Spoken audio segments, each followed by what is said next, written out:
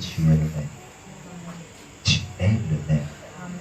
Tu es le même. Le Dieu de l'Ancien Testament. Le Dieu des apôtres. Le Dieu des disciples directs de Jésus. Et notre Dieu que nous adorons tous les jours. Et les œuvres que tu as faites hier, tu peux les faire encore en ce lieu, en ce soir. Voilà pourquoi, Seigneur, je sature ce lieu de ta présence afin que rien d'autre ne puisse se manifester ici ce soir que le Saint-Esprit de Dieu. Amen. Tu as dit, sans moi, vous ne pouvez rien faire. Amen. Je te laisse la première place afin que, Seigneur, des pensées soient retournées en ce lieu, en ce soir. Amen. Que des actions soient posées en ce soir. Moi-même, en sortant d'ici, je dirais, je suis un homme, tu es Dieu. Amen. Jésus-Christ, il est le même. Le Fils de Dieu, il est le même. Ne change pas. Il est le même aujourd'hui. Oh, Jésus-Christ, il est le même. le Fils de Dieu, il est le même. ne change pas. Il est le même aujourd'hui. Oh, je parle de mon papa. Il est le même. L'étoile du matin et Il est le même. le plus beau des filles des hommes.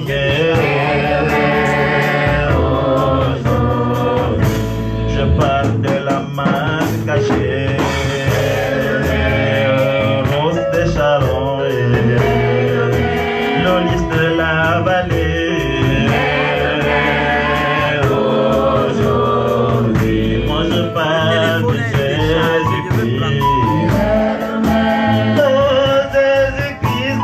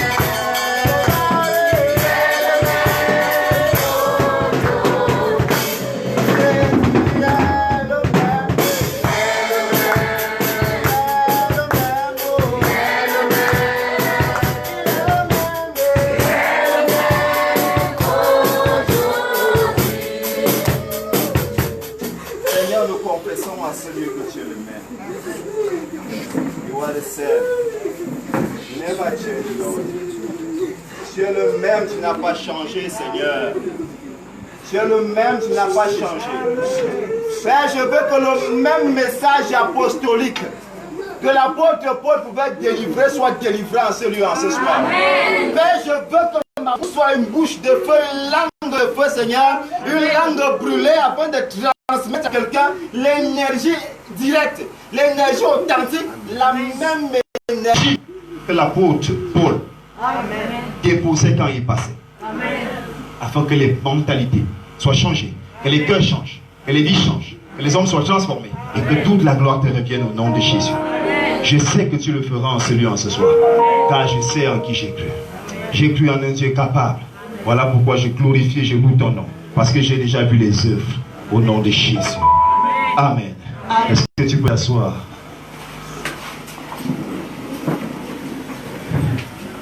Je bénis le Seigneur pour l'opportunité qu'il me donne d'être dans ce lieu en ce soir. C'est une grande grâce. Amen. Amen. Parce que quand un missionnaire vous visite, alléluia, c'est une grâce. Dieu vous a programmé. Alléluia. Dis à ton voisin, Dieu nous a programmé. Dieu nous a programmé. Alléluia. Est-ce que tu es prêt pour la programmation? Est-ce que tu es prêt pour le message de la programmation? Alléluia. Quand vous verrez les billets là-bas, vous ne verrez pas ma photo dessus. Amen. Preuve que même quand le programme avait été conçu, alléluia, l'Esprit de Dieu était au travail. Et c'est après qu'il a dit, ajoutez. Amen. Parce que j'ai un message pour ce peuple. Alléluia. J'ai un message pour ce peuple. Un message qui n'a pas eu le temps d'être travaillé, qui n'a pas eu le temps d'être préparé, qui n'a pas eu le temps d'être manipulé. Amen. Parce que c'est quand on leur prêche, ils disent non, c'est que bon, voilà, il a fabriqué, il a mélangé. Alléluia. Ce soir, je suis le premier orateur de ce grand programme que j'ai déjà vu la fin. Amen. Et je veux te dire ici, prends ton bic et ton papier parce que tu vas noter comme tu n'as jamais noté. Je pose le fondement biblique. Alléluia. De ce programme, rebâtissons la muraille. Alléluia. Rebâtissons ensemble, nous et vous. Amen. Rebâtissons ensemble, vous et nous. Nous avons notre part, vous avez votre part. Alléluia. Nous avons notre part, vous avez votre part. Combien sont dans la foi ici depuis 20 ans? Alléluia. 20 ans, n'est-ce pas? 30 ans, n'est-ce pas? Waouh. Combien sont là depuis 3 ans? 3 ans. Non, chacun est venu. Je ne suis pas venu parler à tout le monde. Je suis venu parler à une personne. Et je veux que cette personne doit se connecter. Le message de ce soir concerne quelqu'un. Peut-être c'est un message que tu as suivi quelque part. Mais je suis venu en mission spécialement pour te sortir de la pauvreté. Amen. Alléluia. Mais pour que tu ne sois pas pauvre, il faut un déclic dans la tête. La foi vient de ce qu'on entend. Romains 10, 17 et ce qu'on entend vient de quoi? C'est pour ça que je vais te parler de la Bible. Je vais te dire ce qui est écrit. Je vais te dire ce que Dieu a promis. Et je vais te dire pourquoi ça ne marche pas. Pourquoi ces paroles-là ne s'appliquent pas sur toi? Pourquoi ce n'est pas visible sur toi? J'ai vu 30 ans de foi. Alléluia. 30 ans de foi, ça challenge la foi de qui? Dans le monde. Pasteur Chris. Oui, Pasteur Chris. Alléluia. Pasteur Chris. Ça challenge la foi de qui? Ça challenge la foi de Marcelo Tunazi. Vous les connaissez? N'est-ce pas? N'est-ce pas? Alléluia. Frère, le nombre de temps que tu as mis à l'église doit se voir quand on te regarde. Mais pourquoi ça ne se voit pas? Pourquoi ce n'est pas visible? Nous rebâtissons la muraille. Nous devons la rebâtir. Cela signifie quoi? C'est un séminaire qui veut dire on casse tout pour reconstruire. Parce qu'il y a quelque chose qui ne va pas quelque part. On a commencé à fonctionner, chemin faisant, on se rend compte qu'il y a quelque chose qui bloque dans ce ministère. Je n'ai pas été ici physiquement, mais j'étais avec eux. Parce que nous sommes ensemble. Ce sont mes papas. Amen. Amen. Et qu'est-ce qui se passe? J'ai toutes les informations du milieu. Il y a même des hommes de Dieu amis qui sont passés ici. Donc j'ai l'information du milieu. Ici on prophétise, ça s'accomplit gros. Amen. Il y a les prophéties, n'est-ce pas? Donc, tout comme vous irez chez Kane, tout comme vous irez chez Tibi Joshua, ici on prophétise. Amen. Ça s'accomplit. Ici on prie pour les malades. Et les gens sont guéris. Amen. Ici on prie pour les emplois, les gens travaillent. Amen. Qu'est-ce qu'on ne fait pas ici? Qu'on fait ailleurs? Alléluia. Amen. Il y a tout ici, n'est-ce pas? Il y a tout, n'est-ce pas? Je vous prends à témoin.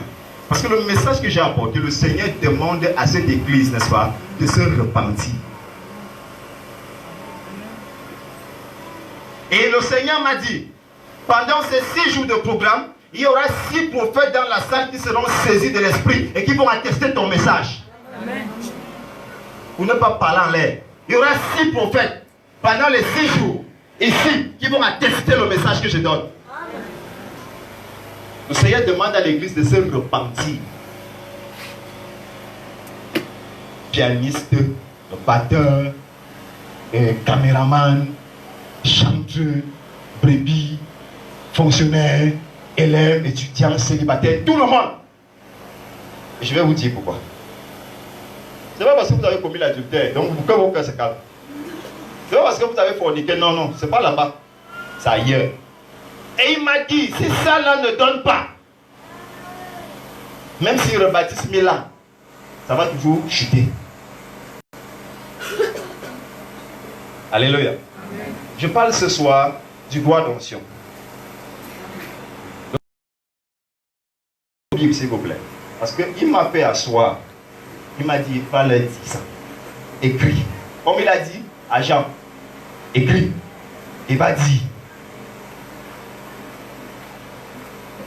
Il me dit, mes serviteurs prient beaucoup, passent le temps à la montagne, prêchent, préparent des messages, ont du Saint-Esprit, prophétisent, sortent des délivrances, des guérisons. Les gens travaillent, les gens voyagent.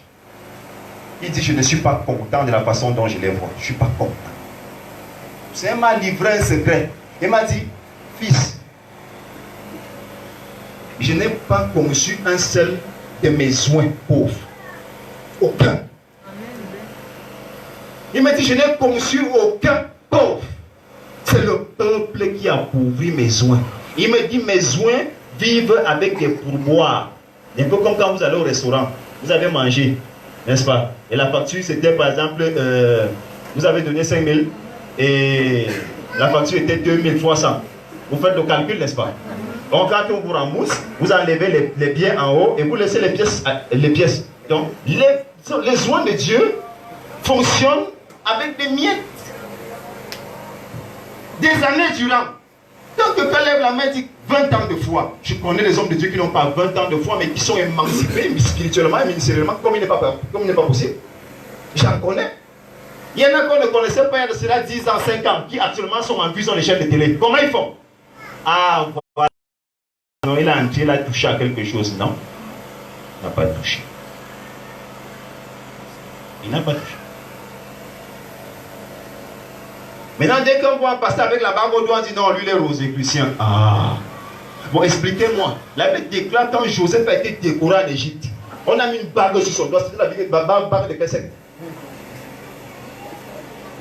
Arrêtez de faire des choses dès que quelqu'un a dit vous attrapez, ça devient ça. Non. La Bible déclare que le fils prodigue quand il rentre, son père dit lavez-le. On a mis un nouveau vêtement et on lui a mis une bague au doigt. C'était la bague de quel secte aussi? Et Jésus prend ça comme modèle dans une parabole.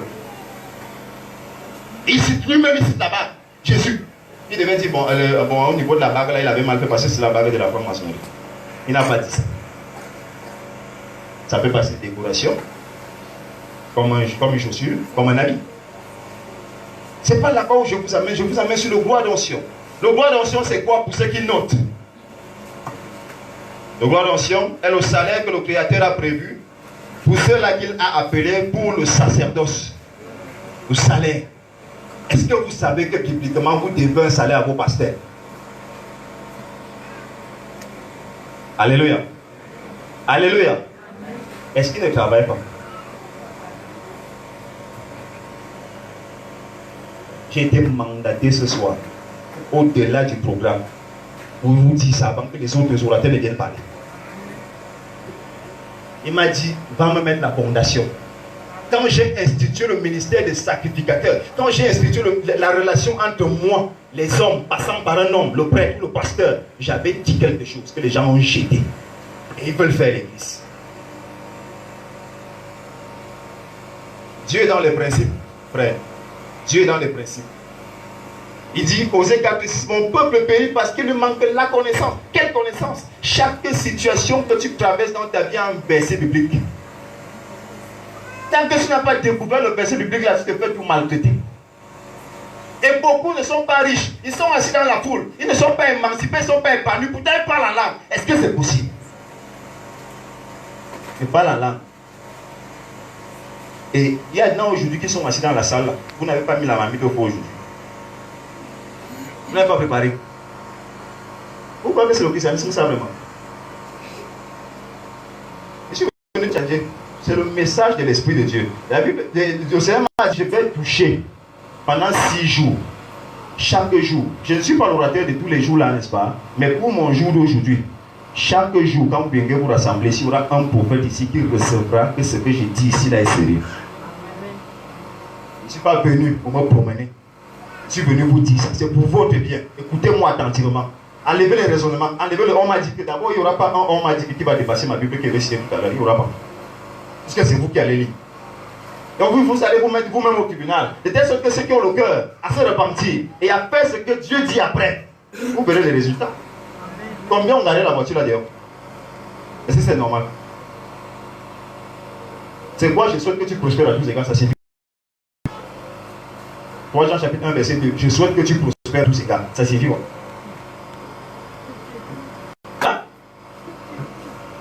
Que tu es tout, n'est-ce pas? La prospérité, même en grec, signifie la dignité. Que tu aies une vie digne. Digne. Tu n'as pas l'habit, c'est la dignité. C'est ça? Tu n'as pas les chaussures, c'est la dignité. N'est-ce pas? Mais on a des chrétiens comme ça. Ils parlent en langue. Ils chantent la chorale, ils prophétisent. Ils ont les visions. Il y a quelque chose qui ne va pas quelque part. Les anglophones ont compris. Les francophones résistent encore. Donc je dis de voir d'onction et le salaire que le Créateur a prévu pour ceux-là qu'il a appelé pour le sacerdoce. C'est le salaire. J'ai bien dit salaire. Et vous verrez dans la Bible tout à l'heure qu'il avait cité le verset que c'est écrit comment? Salaire. Je n'ai pas ajouté. C'est écrit comment? Salaire. Vous avez des salaires là où vous travaillez. Même les ménagères revendiquent le salaire. Le travail qu'on fait à l'église. Écoutez les gens pendant des heures. Écoutez. Quelqu'un vient te poser sa vie. Il est dépité, il est malheureux, il est attristé, il est angoissé. Il cherche une solution. Rien que l'écoute là, il y a des gens qui ne peuvent pas vous écouter. Rien qu'écouter, pendant 30 minutes, quelqu'un barra dans tes oreilles. Tu es assis là, tu l'écoutes. Vous lui donnez le conseil selon la sagesse de l'Esprit de Dieu qui t'a donné. C'est rien. On néglige. Tu es malade. La maladie que l'hôpital a dépassée.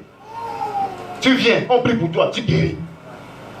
Un cancer, si on vous donne la facture d'une guérison de cancer, ça revient à combien? À combien? À beaucoup. On néglige. Et c'est pour ça que l'église n'avance pas. Surtout dans la francophonie, l'église tarde. L'église traîne en francophonie. Mais allez à Pasteur Limbe, Bamenda, partout là-bas, vous allez voir, les églises sont face à face, les pasteurs ne souffrent pas. Pourtant, les églises sont face à face. Ils ne se font pas la guerre de c'est ma brebis là-bas, c'est mon. Face à face, les églises sont face à face, les pasteurs sont à l'aise. Ils sont tranquilles, n'ont pas de problème. À cause de quoi? L'éducation. Et je suis venu te donner ce soir l'éducation selon le mandat qu'on m'a donné ce soir. Si tu écoutes ce que j'ai dit, tu mets ça en pratique. Quand on va te revoir même dans 10 ans, tu vas me dire merci. Je parle de ce que je sais, parce que j'ai vu la fin. Alors, je dis, c'est quoi le sacerdoce? Je mets un point d'interrogation. Parce que je vais te dire après ce que Dieu a demandé que tu dises. Parce que Dieu ne peut pas parler sans te dire ce qu'il faut faire. Sinon, il t'a seulement critiqué, non. Mais Dieu ne fait pas ça. Il te dit ce qu'il n'aime pas et il te dit ce qu'il faut faire pour sortir de là. C'est quoi le sacerdoce? C'est la dignité de la fonction sacrée d'être au service du Seigneur. La dignité. La dignité. Vous connaissez combien de pasteurs dignes? Dignes. N'est-ce pas, d'autres ont les mêmes problèmes que tu arrives chez eux. Le national est venu détacher son compteur parce qu'il n'a pas payé la facture. Ceux qui ont même les compteurs, hein. D'autres sont chez les bailleurs, comme ça le bailleur passe le matin, à midi, le soir pour guetter dans sa poubelle ce qu'il a mangé parce que le monsieur a fait 3 mois sans payer le loyer. Mais il chasse les démons. Vous connaissez un seul guérisseur qui a le problème de loyer? Un guérisseur. Un guérisseur. Marabout Malam. Un seul. Dans vos quartiers, les pasteurs en zone francophone inspirent le mépris. À cause de quoi? Ceux qui écoutent ne font pas ce que Dieu a dit. Alléluia. Le Seigneur parle à quelqu'un dans ton cœur. C'est la dignité de la fonction sacrée d'être au service du Seigneur. Les sacrificateurs dans l'Ancien Testament, parce que c'est là-bas où ça a commencé. Les sacrificateurs dans l'Ancien Testament et les apôtres, prophètes, évangélistes, pasteurs, docteurs, anciens diacres chantent dans le Nouveau Testament. Ça a commencé par les sacrificateurs dans l'Ancien Testament. Et le tout premier sacrificateur était qui? Le tout premier prêtre. La toute première personne à être un lien dans un temple entre Dieu et les hommes, c'était qui? Aaron. N'est-ce pas? On est quand même d'accord. Ça, vous savez, non? N'est-ce pas? Vous savez pourquoi vous prenez à témoin que c'est Aaron? Parce que vous allez écouter ce que Dieu lui a dit à Aaron le jour où il a institué le sacerdoce. Que nous ne faisons pas. Que les anglophones font. Voilà pourquoi chez eux les pasteurs, les limousines, les jets privés, on dit qu'ils sont dans la secte. Il n'y a aucune secte là. C'est vrai qu'il y en a bon qui se sont mis dans des choses, mais non. La parole de Dieu est active. Elle agit. Certains ont été enseignés, ils ont pris conscience, ils ont agi. Ça se voit dans leur vie. Vous imaginez comment le grand docteur, prophète Dionodore Kamdem, quittait le Cameroun pour aller payer la dîme chez les pauvres. Vous expliquez ça? Il est bête. Il manque quoi faire? Il connaît. Il est francophone tout le temps. Mais il s'est frotté aux anglophones longtemps. Et il a compris que pour la vie, on peut t'imposer les mains, tu seras délivré des démons, n'est-ce pas? Mais rester toujours assis là. Le mariage même c'est un problème. Le voyage c'est une difficulté. Manger c'est un souci. Travailler c'est tout un calvaire. Avoir la voiture, donc là c'est même la malédiction. Oui. On a pu, c'est vrai, on parle la langue et après, vous devez aller au-delà de ça, c'est pour ça qu'il est celui-là. C'est ce qu'il m'a dit. Va. Pendant qu'ils sont en train de rebâtir, même moi cette fondation en bas, qu'ils bâtissent dessus. Sinon, si vous voulez, pour certains, ils sont têtus. Quand il avait fini de parler, n'est-ce pas? D'autres vont penser, non, il a trop mal parlé, moi, pas ailleurs. C'est le même Dieu. Arrivé là-bas ailleurs, lui ne court pas. On ne le dépasse pas même par la vitesse. Tu cours comme tu peux courir. Quand tu arrives à destination, tu ne peux plus la va t'attendre. On va te prophétiser la même chose là-bas. C'est le principe de base de l'église. Alors je dis, ça a commencé avec Aaron et les apôtres, puisqu'ils servent Dieu, ils sont un relais entre Dieu et les hommes. Ils ont le même mandat, n'est-ce pas? Ils ont le même mandat. Dieu, selon 3 Jean chapitre 1 verset 2, veut que nous ayons une vie digne à tous les niveaux de notre vie. Une vie digne. Donc que je sois dans la foi depuis 20 ans et que je sois en tant que de piétiner sur un célibat terrible, une histoire terrible, un autre problème terrible. Vous savez les sujets de prière là, j'ai fait les tours dans vos chambres. Quand vous mettez à prier là-bas, vous pleurez même alors que vous parlez en langue. Vous avez des problèmes, des choses qui vous dérangent. Des challenges. On vous impose les mains à l'église. Vous avez cru en Jésus comme Seigneur et Sauveur. Mais dans vos chambres, vous priez des prières là-bas qui font peur. Parce que ça ne va pas. Est-ce que je mens? Vous n'avez pas des adversités et à un moment vous vous posez la question, Seigneur, c'est même quel de Jésus que moi. Vous posez ça, non? Pendant que vous voyez d'autres chrétiens, ils s'en sortent, n'est-ce pas? Vous posez cette question. Je suis venu te livrer le secret. Il faut seulement m'écouter. Ça commence par la personne chez qui tu vas à l'église. Ça commence par la personne chez qui tu vas adorer. Ça commence là-bas. C'est comme vos pères en famille. Il y a des chrétiens, je leur dis souvent, ne faites pas ça. Depuis que tu es grand, tu n'as jamais donné même un verre de jus à ton parent. C'est pas bon. C'est pas bien. C'est pas bien. Ce n'est pas bien. Donc Dieu, selon 3 Jean chapitre 1 verset 2, veut que nous ayons une vie digne à tous les niveaux de notre vie. Ce n'est pas une flatterie, mais un fait. Il faut que nous soyons dignes. Il se vante, non? Satan se vante avec ses enfants. Vous avez vu un vrai sataniste devant vous? Un prêtre sataniste. Hein? Elle dit que même son allure physique, ça inspire la gloire. Oui! Un prêtre satanique, quand il est devant vous, ça inspire la gloire. Les cheveux brillent. Quand il vous touche, quand vous le saluez, sa main est molle comme l'éponge. Le parfum d'abord c'est autre chose. C'est leur parfum qu'on fait les publicités à la télé, là, les Invictus. Les parcours Rabanne, Invictus, les parcours Rabanne. Hein? Oui, vous voyez ça à Canal Plus, on fait leur publicité. Ce n'est que pour eux. Pourquoi? Pourquoi? Il devait être au-dessus de nous tant qu'Adam nous tient encore dans son péché originel. Mais depuis que Jésus-Christ est venu, ils sont en Invictus, nous on n'est pas en Invictus, comment? Il faut que ça cesse. Je suis venu chasser ces démons dans cette salle aujourd'hui. Il faut que ça s'arrête. Frère, l'esprit du chrétien, c'est un esprit de challenge. La foi, c'est l'orgueil. Si vous ne saviez pas, vous dites qu'il faut être humble, il faut être humble. Vous savez comme le santé dans les lobbies. Non! La foi, c'est l'orgueil. Mon Jésus, il n'entre pas dans quelque chose. Il disait à un pasteur dernièrement qui est venu m'aider. Il m'a dit que le bail dit qu'il va me mettre dehors. Il dit que le bail va te mettre dehors. Frère, tu vas t'expliquer. Il y a des vraie vérité. Il me dit comment? Il dit il y a des maisons que Dieu ne paye pas. Toi tu amènes Jésus-Christ dans une histoire terrible, le mur est comme ça. Non, il ne va pas payer. D'abord il n'est pas entré là-bas.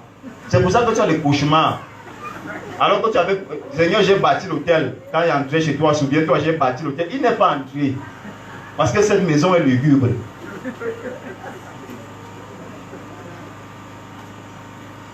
Maintenant, on va vous prêcher le message des blancs. Amen. C'est pas bon, c'est lugubre. Il y a des choses que tu dois refuser. Quelqu'un veut t'amener à un certain niveau, tu ne pars pas là-bas. C'est pas mon niveau. Évalue un peu le Saint-Esprit, on dit que c'est l'Esprit de Dieu. Vous entrez n'importe où avec ça. Non, il ne va pas payer le loyer, il va te mettre dehors. Le Seigneur me demande de te dire qu'il ne va pas payer le loyer, il va te mettre dehors. Jusqu'au jour où tu vas penser que tu peux aller entrer là où il peut payer. Ce n'est pas l'argent qui lui manque, c'est ton esprit. L'argent manque à Dieu. Non, il a dit, il te sera fait selon quoi? Ton hal. La foi, c'est le courage. Si tu crois, tu verras la gloire de Dieu servir. Si tu as le courage d'affronter ce genre de choses, tu les verras se mettre à genoux devant toi. Ok, dans la tombe, il dit, il n'est pas moins d'or. On dort dans la pied fermée. Et on a dit, ça fait 4 jours. À l'époque, on ne met pas le format, donc le monsieur sent déjà. Et d'abord, Marc a dit qu'il sent déjà. Il allait me rouler ça, il sent quoi? Il sent, on dit là-bas, la tombe, quand ils sont arrivés, tout le monde a mis le mouchoir au nez. Le gars, il n'a pas mis le mouchoir au nez. D'ailleurs, il a parlé à haute voix. Là où on ne doit pas ouvrir la bouche parce que les mouches s'envolent par-ci, par-là. Le gars a osé parler là. Il dit, Lazare, sort. Je parle de ton Jésus que tu as reçu là. Ok, essaie un peu de te challenger. Tu reçois Jésus, mais tu fais comme si c'était le grand-père de ton village que tu avais reçu. Alléluia. Donc, ce n'est pas une flatterie, mais un fait. Dieu le dit dans toute la Bible. Et c'est à l'endroit de tous les croyants en son nom. Si tu as cru en son nom, tu dois vivre dignement. Si tu as cru au nom de Jésus, tu dois vivre comment? Dignement. Et je ne suis pas venu te flatter, je suis venu te dire ce qu'il m'a dit de te dire. Vivre dignement, n'est-ce pas? Mais qu'est-ce qui se passe aujourd'hui dans l'église? Pourquoi l'église francophone est-elle si pauvre? Pauvre. Alors, je vais vous poser une question qui va vous challenger. Vous connaissez quel pasteur dans la francophonie, dans les pays francophones qui a un jet privé? Un pasteur. En Afrique. Le gars va dire non, c'est parce que moi, ce n'est pas moi, je suis humble, le Seigneur ne m'amène pas là-bas. Tais-toi. Est-ce que le jet privé c'est un instrument de vantardisme? Non. C'est pour l'évangélisation. On rejette vos visas, on rejette vos papiers dans les aéroports, les moyens pour aller pour partir. Hein? C'est pour aller à l'évangélisation accessible par tous. Celui-ci veut que tu arrives chez lui. Vous faites un programme, tu viens, tu bénis le peuple, tu rentres. C'est par rapport à ça. Même la voiture, c'est un outil de travail dans l'évangélisation. Et c'est aussi un outil de vantardisme. Dieu veut se vanter de nous. Tu as vu mon serviteur tel, tu as vu mon serviteur tel. Tu as été pauvre. Amen. Est-ce que tu as été pauvre? Non. Et Dieu l'appelle, il dit à Satan, tu as vu mon serviteur qui vous a dit que quand on est riche, on devient sataniste. Tu seras riche. Amen. Ouais, tu seras riche. Amen. Il dit tu seras riche. Amen. Vous savez pourquoi il insiste dessus? Parce qu'il a vu. Amen. Il a vu, il parle comme ça que quand il dit le message, ici là, c'est ma part. Amen. Tu seras riche. Amen. Donc, Il dit donc pourquoi l'église francophone était si pauvre? Pourquoi elle est si pauvre, l'église francophone? Pourquoi les pasteurs souffrent? Pourquoi les chrétiens même sont en difficulté? Ils ne s'en sortent pas. Il n'y a pas quelqu'un qui peut faire ça à la place de papa là. Hein? Il n'y a pas d'électricien ici. Quand ça m'embête, faire voir ça, ça me dérange. C'est ça qui est pas. C'est ça justement qui est pas. C'est de ça justement qui est pas. Amen. Donc je dis, pourquoi les pasteurs de la zone francophone sont-ils moins accomplis que ceux des zones anglophones? Pourquoi ils sont moins accomplis? Vous connaissez combien de pasteurs francophones que celui-là a sa propre maison? Sa propre maison. Une maison digne. Si ce n'est pas une maison d'occasion, il avait payé le terrain, le mettre à 300. Le temps avait des problèmes. Donc ce sont nos pasteurs en zone francophone qui payent les choses au rabais quand les gens ont des problèmes. Eux sont les récupérateurs. Donc ils vivent seulement la casse. Les vieux téléphones. Quand un frère, le pasteur dit mon téléphone me dérange, c'est là où le frère prend son téléphone qu'il n'utilisait plus. Il donne au pasteur. Et c'est pour ça qu'on a des vies de récupération aussi. Donc je dis, comment expliquer que les pasteurs en zone anglophone aient des jets privés, des banques, des universités, des investissements à la hauteur des milliards, pourtant en zone francophone, les pasteurs coupent dans la location. On loue l'église. C'est chez nous ici là que c'est la mort même. Parce que même en Centrafrique, vous ne trouverez pas facilement on loue l'église là-bas. Tu dis à quelqu'un qui veut faire des études sur ta passé, il quitte derrière. Et il est plein. En Centrafrique, au Cameroun, on est des capitalistes. On voit l'argent partout. Il y a quelqu'un qui va faire l'église normale, le loyer à 10 millions une fois. Le loyer de l'église. Et après on dit au pasteur, vous avez beaucoup d'argent. Ils prennent ça. Je vous prends vous-même à témoin. Parce que même dans les médias, pour relayer ce genre d'informations, là, le pasteur m'a escroqué, le pasteur m'a volé, le pasteur nous a demandé beaucoup d'argent. Ce soir, je te prends à témoin, tu regardes la Bible, tu vois ce que Dieu demande que tu fasses. Tu me dis si tu fais souvent ça. Parce qu'il a dit que vous avez besoin de repentance. Et il me parle, il vole mes serviteurs. Il vole mes serviteurs. Le Seigneur m'a ouvert les yeux, j'ai vu un compartiment en enfer, les voleurs de Dieu. C'est pas ce qu'il est. C'est lui qui a le cœur disposé. Sincèrement, je te dis, tu verras ce que Dieu va faire. Amen. Je ne prêche pas ma chair, je prêche l'esprit. Il dit, il y a 6 prophètes dans cette salle, même pendant le moment d'adoration, qui vont confirmer ce que je suis en train de vous dire. Si vous voulez rebâtir la muraille, vous esquivez ce que vous dit aujourd'hui là. Toute muraille que vous remettrez debout va chuter. Jusqu'à ce que le Seigneur va susciter des gens qui vont encadrer cette œuvre et elle va exploser. Il n'est pas incapable, mais il vous donne encore l'opportunité de comprendre cela et de vous lever pour avancer avec. Amen. Alors, je vais dire ceci. Ce soir, il faut noter cette idée, je dis. Si vous faites ce que Dieu dit, vous aurez ce que Dieu promet. Si vous faites ce que Dieu dit, vous aurez ce que Dieu fait comment? Promet. Et les promesses, là, on les trouve où? Dans la Bible, hein? C'est pour ça que ça ne s'accomplit pas chez nous. Parce qu'on ne fait pas ça. Dieu n'est pas un menteur. Hein? La Bible dit qu'il est impossible que Dieu mente. Hein? Il est comment? Il est impossible, je crois Hébreux 6, 18. C'est écrit, il est impossible que Dieu mente. Dieu a dit qu'il veut que tu prospères à tous égards. Il a mal quand ses enfants crient. Il a dit que ce que j'ai dit ce soir, c'est fruit de prières de vos parents spirituels. Vos prières même dans la chambre. Vous croupissez dans la pauvreté, dans la malédiction, dans les complications, dans les tourments parce qu'il y a quelque chose que vous ne faites pas.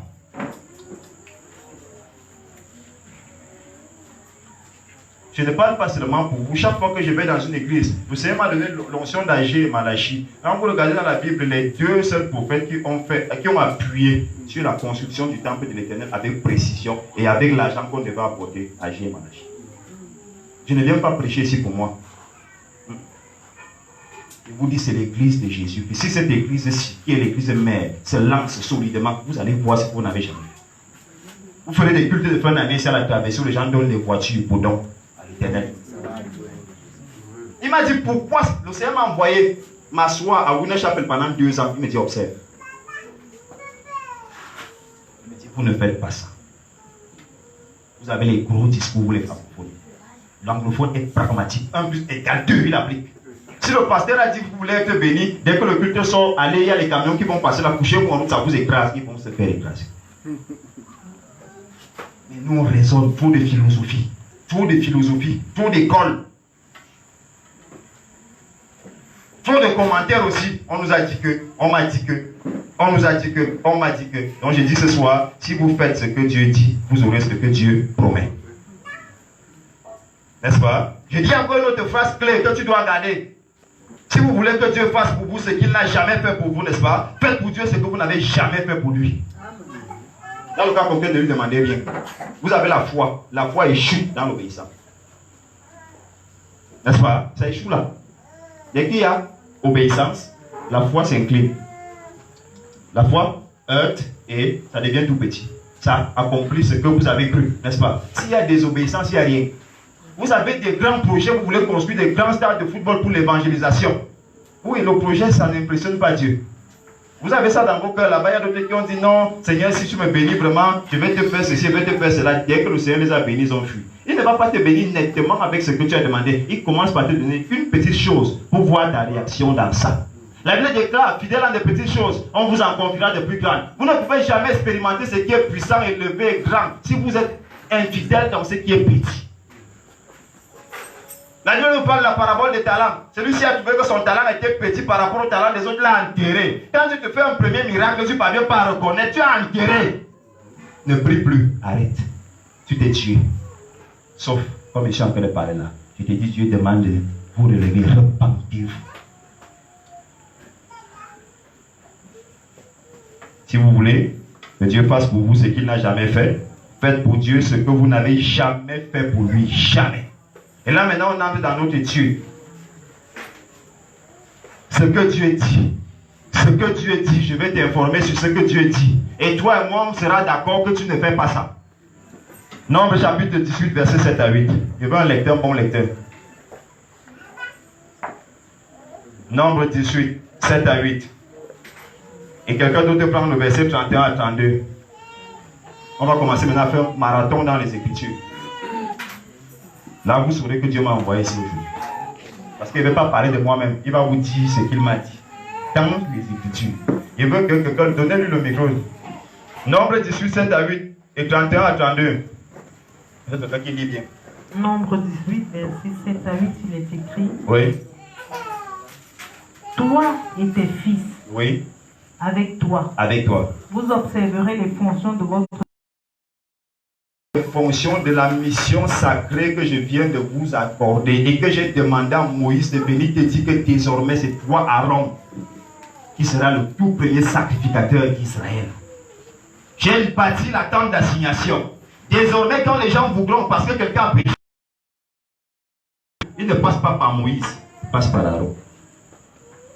Et si Aaron n'est pas là quand il sera mort, ses enfants, il dit c'est héréditaire. Le sacerdoce est héréditaire. Ce n'est quand Jésus-Christ que le sacerdoce a commencé à vraiment choisir les passes. Mais quand Dieu l'a institué au départ, dans le livre de Nombres, la Bible déclare que c'était héréditaire. Le père prend quand il finit. Donc, c'est comment la chefferie? Comment la chefferie? Papa n'est plus là, c'est celui, le chef de famille qui prend. Vas-y, écoute ce qu'il dit. Pour tout ce qui concerne l'autel. Pour tout ce qui concerne l'autel. Et pour ce qui est en dedans. Et ce qui est en dedans. Du voile. Du voile. C'est le service que vous ferez. C'est le service que vous ferez. Je vous accorde en pur don. En pur don. Je vous accorde en pur don. L'exercice du sacerdoce. L'exercice du sacerdoce. L'étranger qui apportera sera mis à mort. Il dit quoi? L'étranger qui apportera sera mis à mort. C'est pas l'affaire de tout le monde. Allons d'abord sur ce postulat-là. Être pasteur, ce n'est pas tout le monde qui a appelé à ça. Il a dit une phrase tout à l'heure, là, ce n'est pas les apôtres qu'on fabrique là, c'est vrai. Aujourd'hui, nous-mêmes, on a peur de l'église de réveil. On a peur. Des gars qui disent, par contre, vous avez nous poser dire comment faut être pasteur, vous ne savez pas ce qui se passe. Oh. Pas de comportement, pas d'enseignement. Il se met à te tordre un verset biblique comme la Bible déclare dans 2 Pierre chapitre 3 verset 16 pour la ruine de son âme. Ça, c'est ça. Moi, je te donne un conseil. Si tu pratiques désormais ce que je dis là, les gens que vous voyez chez les Nigériens, les Américains là, on va vous voir comme ça. Les gens viendront vous demander. Le Seigneur m'a dit, je veux que dans cette ville de Yaoundé, dans ce secteur particulier, que les gens se déplacent pour venir demander à l'église si vous faites comment. Amen. Vas-y. L'Éternel dit à Aaron, L'Éternel, les enfants donc d'Israël, consacre les enfants, c'est-à-dire que quand tu viens à la maison, tu dis ça là, c'est pour Dieu. Dieu ne va jamais apparaître pour venir manger ta chose. Dans le psaume 50, verset 12, il dit, si c'est même la famine qui m'attaquait, je n'allais pas vous dire. Je ne vous dirai pas. Il a prévu ça pour nous. Pour qu'on ne souffre pas ici. Et pourquoi il le fait? Je vais entrer dans l'histoire. La Bible déclare que quand ils arrivent à Canaan, Dieu avait déjà parlé à Moïse. Et il a dit à Moïse, n'est-ce pas, quand vous irez là-bas, quand vous irez à Canaan, dans la terre promise, ne donnez pas de parcelle de terre aux Lévites. Parce que je leur ai donné le sacerdoce. Seulement. Alors il était question que les 11 autres tribus, n'est-ce pas, se déplacent souvent avec ce qu'ils ont reçu de Dieu pour venir donner à leurs frères. Est-ce que vous pensez que nous sommes même les gens de la même nature que vous? Vrai. Vous croyez vraiment? Parce que pour me délivrer, c'est sûr que de délivrer quelqu'un.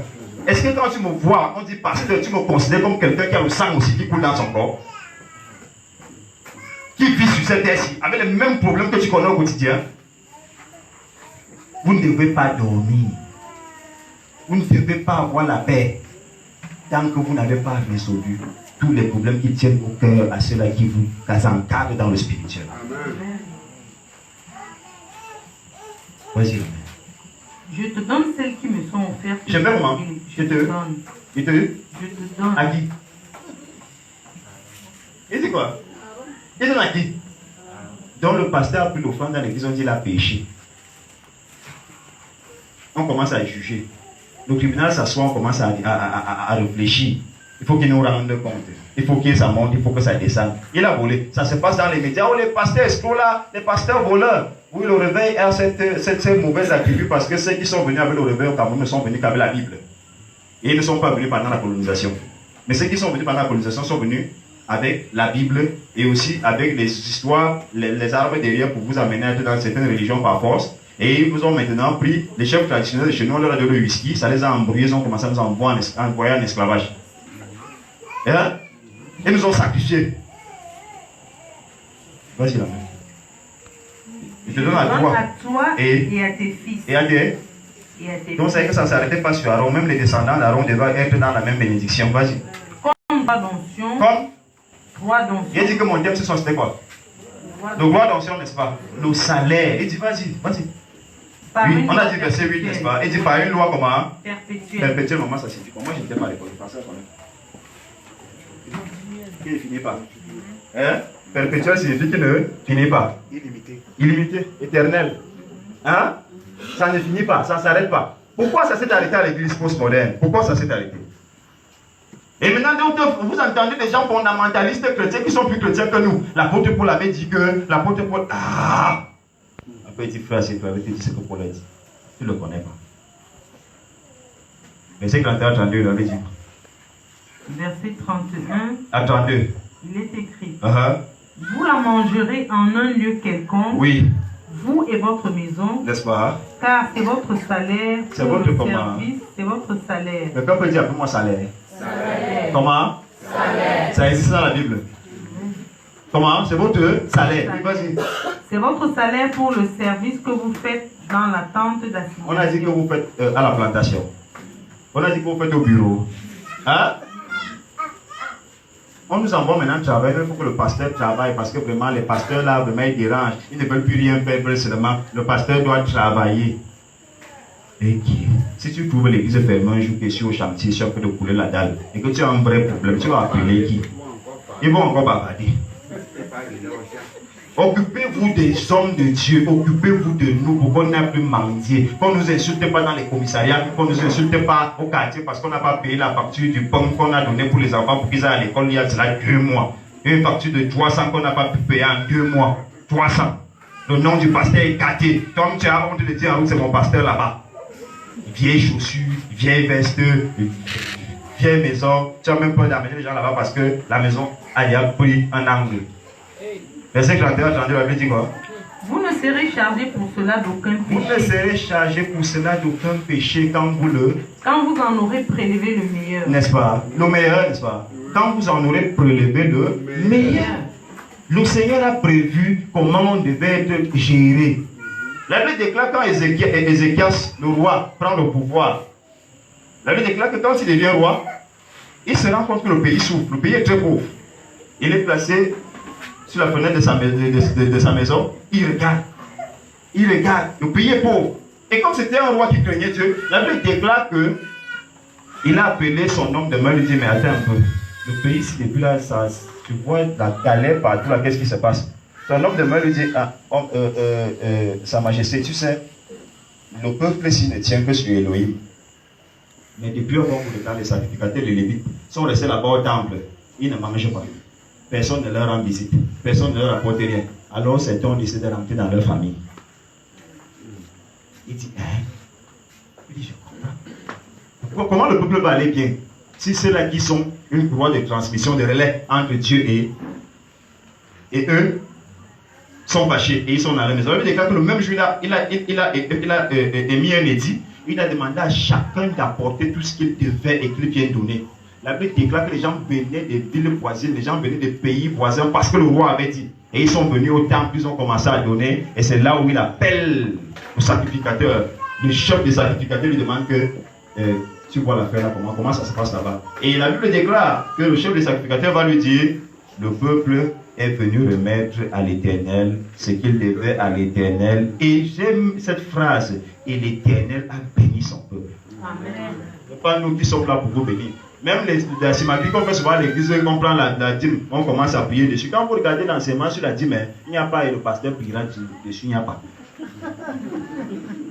Mais nous savons que si on ne prie pas, ça va vous énerver. C'est pour ça qu'on fait ça. Il y a beaucoup de choses qu'on fait à l'église à cause de vous. Et ça nous met nous-mêmes dans la malédiction.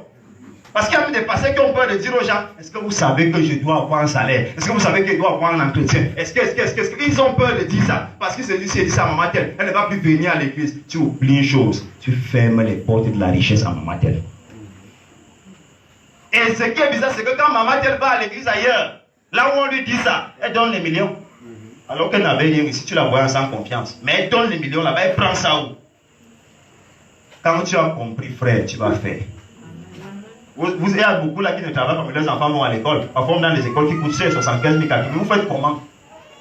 Vous faites comment? Vous pouvez aussi faire comme ça pour Dieu. Amen. 1 Corinthiens chapitre 9, versets 7 à 14. 1 Corinthiens 9, 7 à 14. 1 Corinthiens 9, 7 à 14. Là, c'est Paul qui parle. Oh, Paul n'avait pas dit que. Oh, Paul a laissé Paul tranquille. 1 Corinthiens 9, verset 7 à 14. Oui. Il est écrit. Qui jamais fait le service militaire? Qui jamais fait le service militaire à ses propres frères? Hein, attends. Maman, quand Paul dit ça, n'est-ce pas? Ça nous rejoint aujourd'hui. Vous savez qu'il y a des pasteurs que c'est lui qui a payé le terrain pour l'église. Il a construit avec son argent. C'est pour ça qu'il est pauvre. Il dit comment? C'est pour ça qu'il est pauvre. Parce qu'il ne doit pas faire ça. Ce n'est pas ton travail. D'autres prennent l'argent et pas louer la salle. On n'aide pas Dieu. Il a dit, je bâtirai mon église. Et Jésus-Christ bâtit tous les gens bâtit toujours l'église avec les gens. Quand il l'a fait, il a dit à David, voilà, il me faut un temple. David a commencé à collectionner le matériel. Après, il lui a dit, c'est pas toi qui vas construire. C'est pas toi. Et même quand il fallait construire, la Bible déclare que Dieu donne des architectes. Il les nomme. Il les nomme. tel et tel. Vous êtes des architectes de l'Éternel, mais vous ne faites rien. Vous avez la capacité là. Ce n'est pas une affaire de moyens physiques, c'est une affaire de moyens spirituels. Si tu as la capacité, la volonté à l'intérieur, Dieu te donnera les moyens pour ça. Qui te dit que tu ne peux pas trouver malade de milliards par terre? Si c'est pour la volonté de Dieu, peut faire ça. Frère, si Dieu, Jésus-Christ peut envoyer Pierre pêcher un poisson dans l'eau et le gramme sort du vent, vous croyez qu'il ne peut pas faire quoi? C'est parce que l'intention n'est pas là que vous n'expérimentez pas le surnaturel. Dieu veut faire avec vous des choses surnaturelles. Prenez un peu les livres de prière des églises anglophones. Regardez les témoignages. Vous allez vous retrouver là-bas à l'intérieur avec des gens qui ont des biens, mais qui ne travaillent nulle part. Parce qu'ils ont le souci. Mon père, ma mère, l'œuvre de Dieu doivent exploser. Dieu l'utilise, tu deviens un fondement. On peut rebâtir 1 milliard sans fondation. C'est la fondation que je suis en train de creuser. Oui, vas-y, moi. Qui jamais fait le service militaire à ses propres? Personne ne fait le service militaire à ses propres. Ça n'existe pas. Vous avez vos gars que vous envoyez à la gendarmerie, vos enfants. Vous les envoyez là-bas pourquoi? Quand ton enfant à la gendarmerie n'a pas réussi, et les policiers n'ont pas réussi, considérez le travail du pasteur comme étant un travail. Je connais des gens aujourd'hui, quand son enfant lui dit je serai pasteur, il commence à avoir le maudit. Il commence par la faire là. Je connais des filles, quand un pasteur va vers elle, que je vais t'épouser. Les pauvres, si vraiment malheureux comme ça, il dit qu'il va m'épouser. Malchanceux. Il fait où avec toi? Pourquoi? Quand quelqu'un dit à l'EPC qui sera pasteur, vous ne faites pas la fête. À l'église catholique, quand quelqu'un est prêtre, il n'est pas ministre. Ils sont assis dans les grandes tribunes, avec les doyens, les boss. Ce sont les hommes comme vous qui devront de le statut là. Rehaussez le standing de là où vous adorez, rehaussez le standing de ceux-là qui vous encadrent dans la foi. Amen. Rehaussez leur standing, c'est votre travail. Commencez à payer les greffes brésiliennes pour votre mère avant de mettre ça sur vos propres têtes. Vérité. C'est de ça que je parle, si vous voulez qu'ils soient pratiques maintenant. Commencez à payer des vestes chères à votre père avant que vous me mettiez ça. Arrangez l'image de celui qui porte Dieu devant vous. Amen. Dieu sera glorifié, vous glorifiera. Amen. Faites ça. Vous n'êtes pas pauvre, vous pouvez. Vous faites des cadeaux à la Saint-Valentin, j'ai vu vos cadeaux que vous avez fait aux gens. Moi j'ai vu. Au 8 mars, j'ai vu les coupes de vos cabas. Et ça ne savez même pas qu'elle allait vous trouver si elle n'est pas ce qu'elle reconnaît là dans la salle. Vous êtes capable. Maman, vas-y. Qui est-ce qui plante une vigne et n'en mange pas le fruit? Qui est-ce qui plante une vigne? Vous parlez, chacun, parmi vous, là, vous avez des champs, parfois des jardins devant vos maisons. Vous mettez la tomate et construisez, le voisin vient manger. C'est ça? Vous savez pour le voisin? Hein? On t'a formé pasteur, tu étais venu si tu ne savais même pas lire de la Bible. On t'a formé pasteur. On t'a formé pendant des années. On t'a donné l'opportunité de commencer à prêcher ici. Le jour où on t'a ordonné, tu as fui l'église. Le moment où papa peut avoir la grippe ou peut être occupé, il te dit va prêcher. Toi, tu n'es plus à l'église, tu peux ouvrir ta part. Vous croyez que c'est comme ça qu'on fait? On ouvre l'église partout. Et c'est tout le monde qui ouvre l'église. Vous savez pas qu'il y a des gens qui sont appelés seulement à être au pied déjà? Hein? Bon, je vais vous livrer maintenant un secret. Chapelle des vainqueurs, ou une chapelle. Vous savez que là-bas, le pasteur qui prêche dans une église quelconque dans la vie ne prépare pas le message. Il n'écrit pas le message. Ils ont un site internet, ils partent là-bas, c'est au lieu de qui envoient le message depuis le Nigeria. Tu vas, tu télécharges, tu viens prêcher à l'église. Il n'y a pas de super pasteur là-bas, tu ne peux pas faire ça, tu quittes. Et ça ne donne pas. Plus de 500 représentations dans le monde entier, vous ne chapelle, plus de 500 représentations dans le monde entier. Ils sont même déjà venus nous battre, même chez nous ici, en zone francophone. Ils nous battent chez nous. Pourquoi? L'organisation, lors de la sensibilité, là, les gens n'ont pas ça à l'église. Dès que le moment de prière arrive, ils vont montrer c'est mal à la tête, pourquoi on impose les mains. Maintenant, vous voyez l'autre cheveux qui dit, mon vieux par-ci, par-là. C'est pas facile. Donc, ce que les autres reçoivent des impositions, les mains, les voitures, les mariages, la gloire, les bénédictions. Vous, ce sont les chutes de cheveux. Maman, vas-y. Qu'est-ce qui fait paître un troupeau et ne se nourrit pas du lait du troupeau? On appelle le pasteur berger. Ça veut dire que vous êtes des brebis. Il a un troupeau comme ça, mais il est toujours à sec. On se moque de nous dans nos familles. Il n'a toujours rien. Quand tu parles au bois, il te dit qu'il n'y a rien. Pourquoi? Vous ne donnez pas.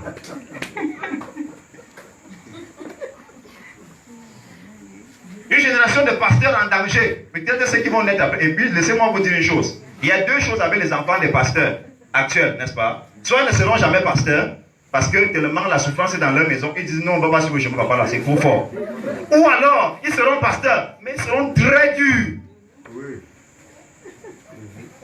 C'est à vous de voir. Maman, vas-y. Ces choses que je dis n'existent-elles pas dans les usages des hommes? Ça existe là. La loi ne les dit-elle pas? La loi dit aussi ça. Car, ce n'est qu'à l'église. Oui, vas-y, moi. Car il est écrit dans la loi de Moïse, Uh-huh. tu ne muselleras point le bœuf quand il foule le grain. Le bleu, quand on parle de verset là, n'est-ce pas? Vous voyez à l'époque, comme il n'y avait pas encore les tracteurs, n'est-ce pas?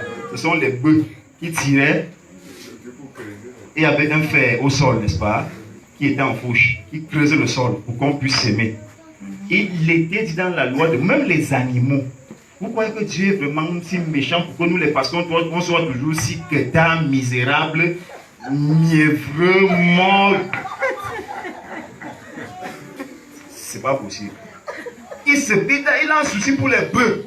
Il dit que les bœufs, là, quand ils finissent comme ça de tirer ça au sol, il imagine l'énergie que le bœuf dépense.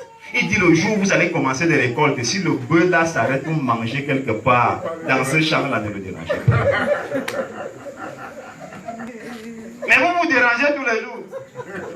Vas-y, moi. Il foule le grain. Dieu se met-il en peine des bœufs? Ou parle-t-il uniquement à cause de nous? Il parle à cause de nous. C'est Paul qui parle. Hein. Les gens qui disent non, l'apôtre Paul était. Laissez Paul tranquille, il avait sa part de problème aussi. Pourquoi que nous on est seuls dans ça? Même Paul nous ça ne le laissait pas. Vas-y.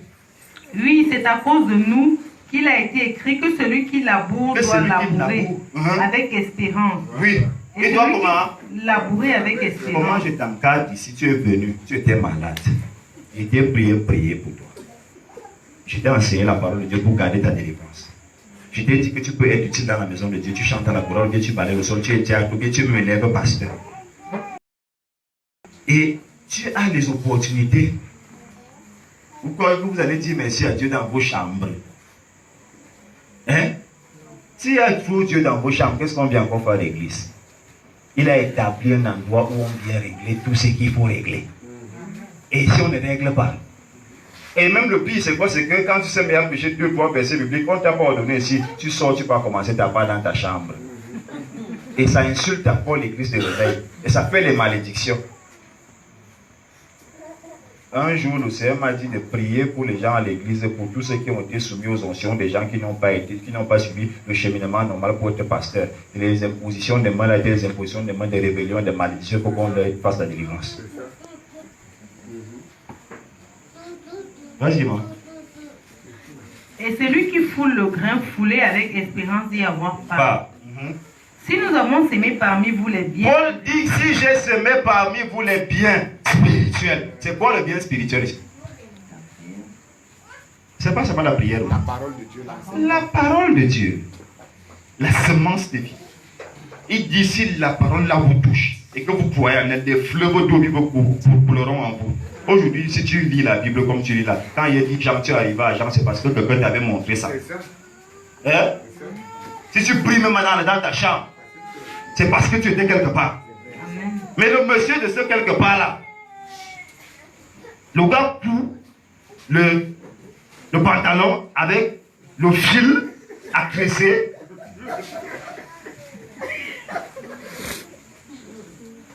Vas-y, moi.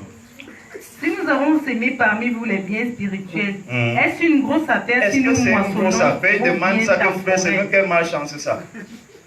Il a demandé à ici, Barnabas et moi on a demandé, on ne voit pas. C'est la malchance. Paul a parlé de ça. Parce que lui-même c'était mauvais. Il y a des moments où on est comme ça, ça fait honte.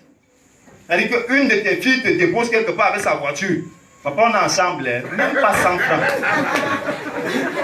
Ensemble comment? Mais comme c'est les histoires de la chair. Tu es dans la voiture, tu pars et reste, on est ensemble. Arrêtez ça, arrêtez ça. Faites des choses des chrétiens, ne faites pas les choses des monteurs. C'est pas bon. Vas-y, Amen. Si d'autres justes de ce droit sur Si vous, d'autres justes de ce droit sur vous, n'est-ce pas plutôt à nous d'en jouir? n'est-ce pas plutôt à nous d'en jouir? Mais nous n'avons point usé de ce droit. N'est-ce pas? Au contraire, À cause de quoi? nous souffrons tout. Il dit comment? Nous souffrons tout. Qui? Paul, un apôtre. Que c'est un mouchoir comme ça qu'il se nettoie avec. On impose ça sur les malades. Quand il n'est plus là, les malades guérissent. Ils souffrent. Ça doit s'arrêter. Amen. Amen. Ça doit finir.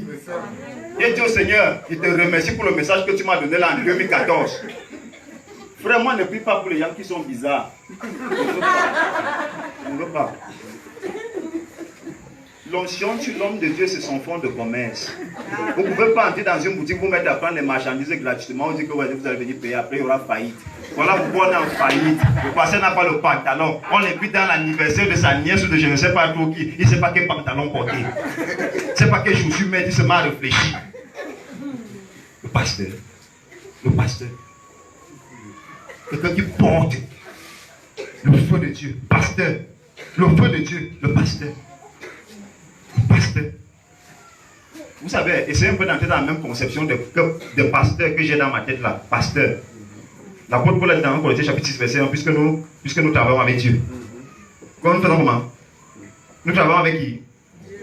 Donc je travaille avec Dieu. Mon pantalon est coupé, déchiré, je cours avec le fil agressé. Je travaille avec Dieu. Vous savez que même Dieu me l'a amené très bas. C'est pour ça que j'ai dit, n'est-ce pas? Frère, tu peux avoir tous les problèmes du monde. Dès que tu finis, je te dis Amen. Oui, Amen. Oui, je vais vous montrer pourquoi. Ça va, Simon?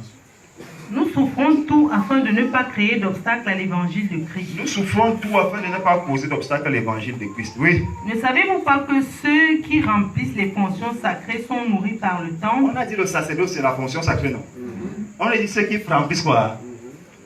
Les fonctions de sacrificateur, n'est-ce pas? Ceux qui remplissent cette fonction sacrée-là. Quand on dit sacerdoce, fonction sacrée, hein? On dit qu'ils font comment? Ils se nourrissent de quoi? Ils sont nourris par le temple. C'est-à-dire quoi? Nourris par le temple, c'est dit quoi? Tu commences à manger les décorations là. C'est ça? Expliquez-moi. Moi, je n'étais pas à l'école. Expliquez-moi. On ne comprend pas ce que ça signifie. Ils se nourrissent de quoi?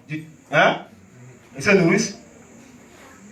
Ils se nourrissent par le temple. Comment? Ils mangent les chaises.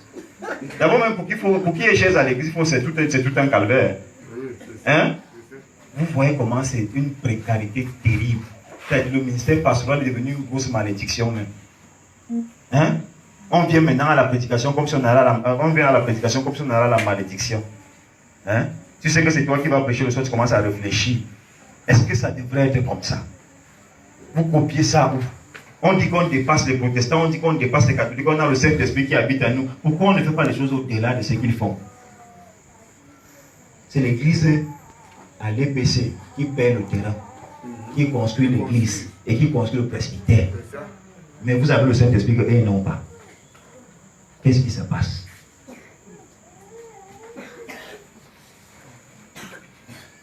Vous mentez alors qui?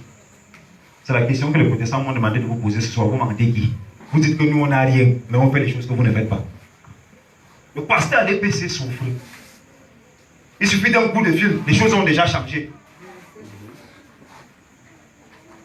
On est arrivé au point où le pasteur négocie pour enterrer le chien d'un boss parce qu'il veut une facture. Il fait le culte à l'enterrement du chien. Vous riez comment c'est la vérité? Dieu est fâché contre l'église. Les fâchés. Les pasteurs sont obligés de mentir pour manger.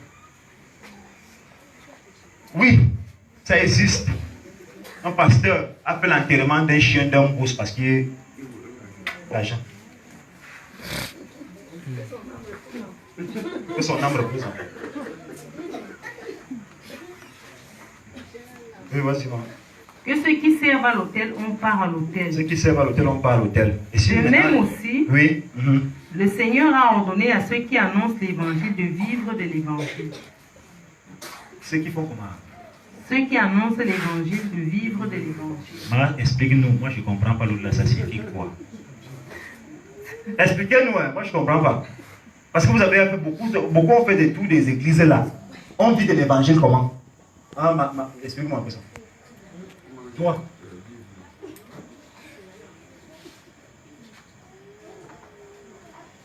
Je ne suis pas venu faire une prédication ici de stars. Peut-être un autre jour. Ici, je suis venu te sensibiliser. Explique-moi ça. Vivre de l'évangile, on vit comment? On mange les pages de la Bible. Encore, faut bien se rappeler que même pour payer la Bible, maintenant, c'est un problème. La Bible, ça coûte cher. Et vous n'irez pas là-bas, là où on vend les livres et dit je suis pasteur, et puis quoi? Tu es pasteur de mon église. Puisque chacun essaie d'avoir un certain repli. Hein? Jérémie chapitre 22, verset 13b. Jérémie 22, 13b. Je parle comme ça, je donne ces versets pour que quand quelqu'un va encore entendre un débat pareil à la télé, que les pasteurs sont des escrocs, pour dire aux gens là que vrai, n'est-ce pas? Nous, on exploite même nos pasteurs. Jérémie 22, verset 13. 13b. Qui fait travailler Qui fait travailler son prochain sans le payer? Qui fait travailler son prochain sans le payer, sans lui donner son salaire? Qui fait travailler son prochain sans le payer. Sans le payer. Mais les chrétiens ne font pas. Tu ne peux pas répondre à la question là. Nous. Il dit nous, les chrétiens. Sans le payer, n'est-ce pas? Nous, les chrétiens. N'est-ce pas? C'est pas vrai. Bon, je vais poser une question maintenant parce que là, il parle comme un fou. Les gens qui sont ici, qui savent qu'ils sont fidèles dans les dîmes, levez la main. Donc, 1/10 fidèle, la mère au fond va lever la main. C'est vrai ça? C'est vrai, hein? Tu travailles ou bien tu fais le commerce? Et tu es fidèle? Une seule personne sur 100 personnes. Jésus. Et maintenant, maman, si tu donnes la dîme par exemple de 1000 francs ou de 2000, donc les deux gens, c'est encore les vivre avec 2000, ça n'est pas le danger maintenant. Alléluia. Comment l'église va avancer? On prêche en souffrant. Ça signifie qu'on prêche de la souffrance. Et quand on vous impose les mains, quelle est l'onction qu'on transfère sur vous? L'onction de la souffrance. Voilà pourquoi vous n'avancez pas aussi.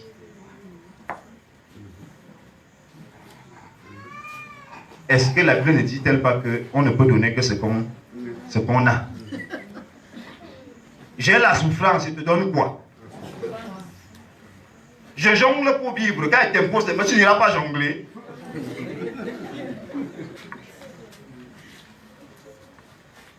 Vous voyez, une seule personne sur 100 personnes, est-ce que c'est bon? Dans l'église de Jésus, on repartit alors comment? Il était clair. Quand il l'a dit, il dit, il vous fait que vous dites ce qu'il m'a dit. Il dit, personne ne fait travailler son prochain sans lui payer son salaire. Ceux qui se rendent les services sacrés se nourrissent de l'hôtel. Est-ce qu'il y a la nourriture à l'hôtel ici? Vrai. Moi, je ne sais pas souvent avec vous. Est-ce qu'il y a la nourriture à l'hôtel ici? Hein? Mais dès qu'on dit un programme, on dit un grand prophète qui va venir du Sénégal, l'autre va venir de l'Afrique du Sud, l'autre va venir du Ghana, on remplit la salle. La question que je vais vous poser, tous les prophètes là sont passés ici. Et vous êtes quoi? Vous croyez que les prophètes étaient des menteurs? Non, c'est vous les menteurs. Vous ne faites pas ce qu'il faut. Le pasteur souffre. Le pasteur peine. Les assistants pasteurs même fuient. Puisqu'il y a d'autres pasteurs, des assistants pasteurs qui sont avec vos leaders ici, qui seront obligés de fuir un moment parce qu'il n'y a rien. Pour aller prier pour eux. Pourquoi l'église de l'évêque ne fait qu'accoucher les églises tous les jours? C'est à cause de l'entretien, du traitement que le peuple fait au pasteur. Voilà, il fuit pourquoi? Et vous allez voir, d'autres vont aller dans les églises où les leaders ont déjà réussi. Pourquoi? Parce que là-bas, c'est que si on se soumet là-bas comme pasteur, après 1 an, 2 ans de soumission, le jour où on me donne l'opportunité d'avoir même une chapelle quelque part, ma vie a changé. C'est même quoi? Vous voulez qu'on vous parle des choses là, Jésus était né en Nazareth, appelé mort, vous ignorez ça. Vous vivez avec Jésus ici. Vous vivez avec les hommes. La Bible demande comment peux-tu dire que tu aimes Dieu que tu ne vois pas? Alors qu'il y a devant toi quelqu'un que tu as envoyé.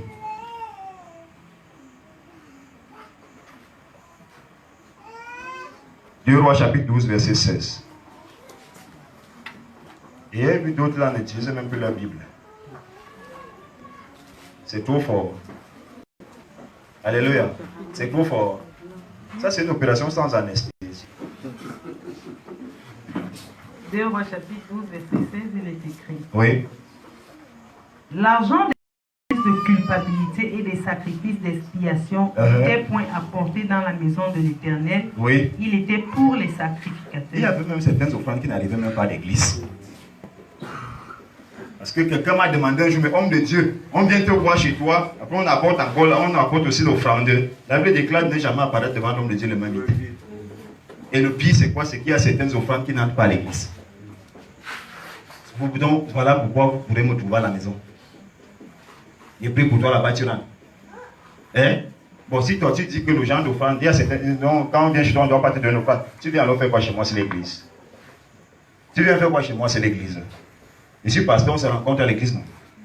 Je suis venu chez moi. C'est-à-dire que tu crois que l'église, l'esprit de Dieu qui habite sur moi peut aussi m'utiliser à la maison. Mais tu viens à la maison sans offrande. Amen.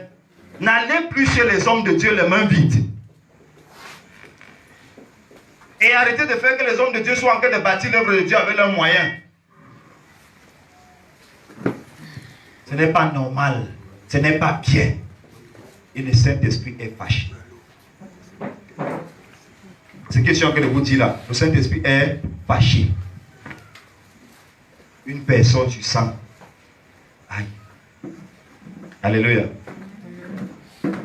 Proverbe 14, 23 dit quoi? Proverbe 14, 23. Proverbe 14, 23, il est écrit. Oui. Tout travail procure l'abondance. Comment? Tout travail procure l'abondance. Même le pouce. Mais les paroles en l'air ne mènent qu'à la disette. Tout travail procure l'abondance. Hein? Voilà, je veux justifier pourquoi les pasteurs ont les jets privés. Tout travail procure quoi? C'est-à-dire quoi? Vous pouvez avoir une maison comme la maison d'un DG ou d'un ministre. Et on ne va pas t'appeler voleur parce que Jésus-Christ, qui a établi le sacerdoce dans l'Ancien Testament, l'a continué dans le Nouveau Testament, lui-même n'était pas un mendiant, un misérable. Tout travail procure l'abondance. Tout travail procure l'abondance. Tout travail procure l'abondance. Tout travail procure l'abondance. Si vous vous occupez bien de l'œuvre de Dieu, vous apportez ce qu'il faut apporter, vous faites aux hommes de Dieu ce qu'il faut faire, leur salaire, vous allez vous rendre compte que même la chorale va changer. Parce qu'ils ont des visions, ils ont des projets dans la tête, mais ça ne peut jamais se matérialiser parce qu'il n'y a pas l'argent. Ecclésiaste 10, 19 dit que l'argent répond à tout. L'argent fait comment? On peut donc répondre à quoi sans argent? Hein? Il y a des gens qui sont célibataires, ils ne sont pas mariés parce qu'ils n'ont pas l'argent. D'autres n'ont pas encore fait de passeport parce qu'ils n'ont pas l'argent. Mais ils ont des parents à l'étranger qui ont dit fais le passeport, on te fait tout pour que tu viennes. Mais ils n'ont pas l'argent pour le passeport. N'est-ce pas? Il y a même certains parmi ma famille, vous n'avez pas la carte d'identité nationale, la carte. Parce qu'il n'y a pas l'argent.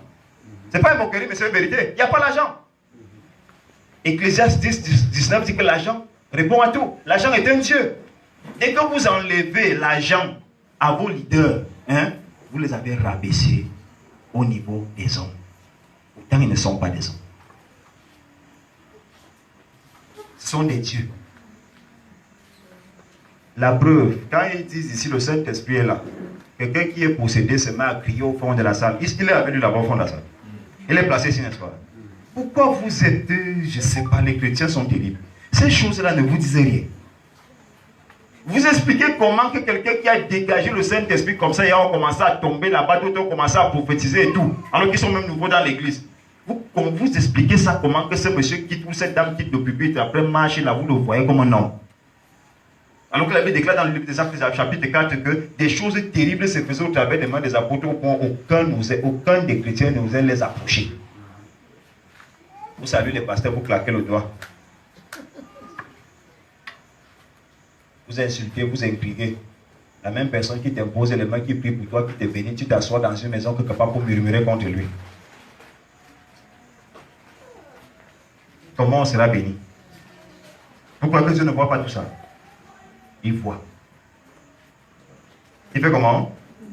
Il voit, n'est-ce pas? Et quand vous regardez Luc chapitre 8, verset 1, la Bible déclare qu'il y a des femmes qui soutenaient le ministère de Jésus avec de l'argent. Jésus-Christ qui est Dieu. Les femmes là, ils ne pouvaient pas leur demander de laisser. Hein? Il ne pouvait pas leur dire non, ça va, je ne veux pas. Pourquoi il n'a pas dit ça? Parce que son œuvre a besoin d'argent. Son œuvre a besoin d'argent. Vous voulez que maintenant vos pasteurs, les leaders ici, aillent demander l'argent où? Chez leurs frères qui sont ministres, qui sont directeurs. Ils vont donner. Vous-même, depuis que vous avez accepté Jésus comme Seigneur et Sauveur, vous parlez en langue là. Vos frères qui sont délégués, directeurs, ministres, gouverneurs, ils vous donnent encore l'argent. Ils vous donnent l'argent. Et c'est maintenant que nous, il faut qu'on aille demander l'argent là-bas. Alléluia. Vous comprenez ce qu'il dit là? Hein? Je pose la fondation de ce programme ici ce soir en disant de te dire repentance. Amen. Repentance. Et il faut venir rembourser ce que vous devez. Qui entend ce qu'il dit? Hein? Je vais vous prendre seulement quelques exemples dans la Bible. Vous allez me dire si vous représentez ça. Qui n'est pas né de nouveau ici? Qui est nouveau? Qui vient d'arriver ce soir? Tu es arrivé ce soir, n'est-ce pas? Tu as confessé Jésus comme Seigneur et Sauveur personnel. N'est-ce pas? Donc tu es enfant de Dieu né de nouveau. Parce que la Bible déclare que le Saint-Esprit lui atteste à nous que nous sommes enfants de Dieu. Tu es enfant de Dieu né de nouveau, n'est-ce pas? Ça veut dire qu'il n'y a pas d'étranger dans la salle. Ça tombe bien. Quand tu vas souvent chez ton pasteur là-bas, tu payes la dîme là-bas. Ne manque pas. Parce que la présence de Dieu qui est dans cette salle ce soir est très forte, le genre que ce que je vois là. Tu payes souvent la dîme.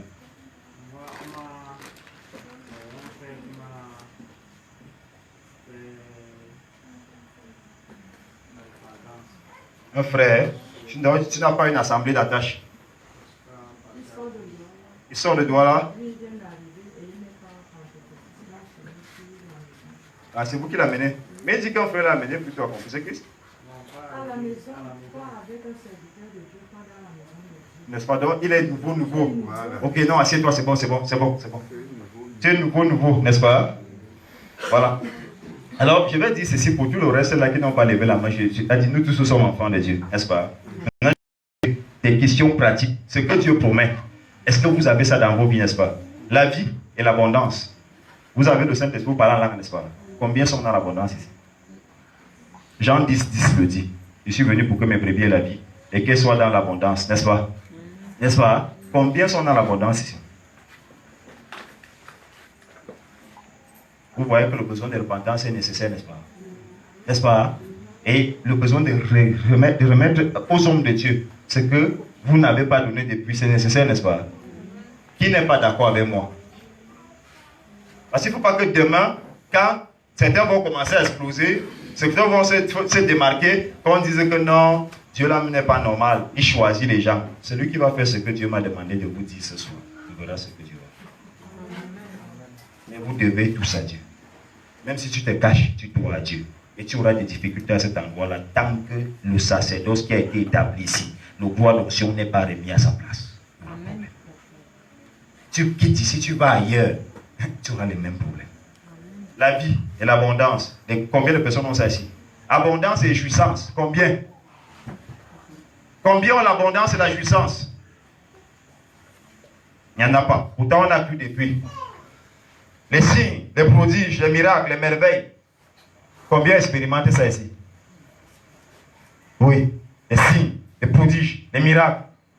Tu les transmets et toi-même tu les vis. N'est-ce pas? Il n'y a qu'un seul don.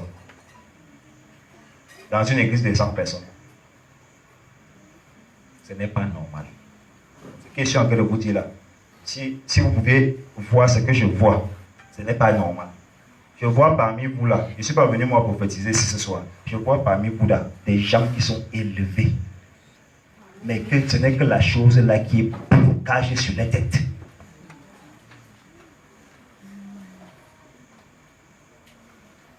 Je vois des mariages ici, mais blocage sur la tête. Des voyages, que quand il a essayé jusqu'à ce qu'il a même confessé un jour que lui va abandonner la fête du voyage parce que c'est la poisse pour lui. Il sent que ce n'est pas son affaire, alors que c'est son affaire. Ça te manque. Combien ont vu leurs ennemis dans la confusion, la vraie confusion? Pas quelquefois, mais tout le temps. Combien ont le secours quand ils sont dans l'adversité? Combien ont le cœur consolé quand ils sont dans les problèmes? Combien? On trouve des chrétiens stressés qui font plus que leur âge. Alléluia. Je ne sais pas si je parle à quelqu'un. On voit des croyants. La Bible déclare que le croyant ne sera privé d'aucun bien. Mais on voit des croyants que ça ne va pas. Ça ne va pas. Je dis, je sais de quoi je parle. Parfois, vous arrivez quelque part dans un pays ou bien dans une ville. Vous dites, bon, je vais recevoir demain à 9h. Toute l'église est là. Et vous posez de ces problèmes, vous posez les questions. Mais ce gars est né de nouveau. Vrai. Pourquoi? Ça manque. Aujourd'hui, les pasteurs sont experts à chasser les démons, faire ci, faire ça. Mais il faut qu'on rappelle au peuple que tant qu'on n'a pas mangé, tout ce qu'on dit là, c'est vide. La Bible déclare que Israël, Jacob, non, Isaac veut bénir son fils Esaü, n'est-ce pas? Et lui dit quoi? Va en brousse, va chasser. Tu tues le gibier là-bas, tu le rôtis comme j'aime. Pas comme tu aimes, comme j'aime. N'est-ce pas? Apporte et mange. C'est après avoir mangé et après avoir rôti. Quand on rôte, c'est qu'on est rassasié, n'est-ce pas? C'est après avoir rôti que je vais donc te bénir. Les autres qui réussissent là, c'est comme ça qu'ils font. Quittez d'ici, allez dans une autre église où on vous dit ce que j'ai dit là. D'abord, quand vous allez arriver là-bas, puisque c'est la fondation, vous trouverez que tous ceux qui sont assis là, ils sont là déformés comme ça. Il ne peut pas avoir son argent et manger tout. Premier salaire, que ton premier salaire. Est-ce que vous savez que l'argent n'était pas ton argent? Mais les gars mangent, hein? Jusqu'à déchirer les doigts, ils mangent. Et après on dit qu'on a les complications. Frère, tu peux prier en langue, tu peux imposer les mots aux gens. Je connais même des pasteurs comme ça. Comme moi j'ai côtoyé. Très fort en délivrance, très fort en ceci, très fort en prophétie, n'est-ce pas? Mais il a des problèmes. Parce que il a peur, il ne veut pas stresser ceux qui viennent vers lui. En leur disant, frère, vous me devez.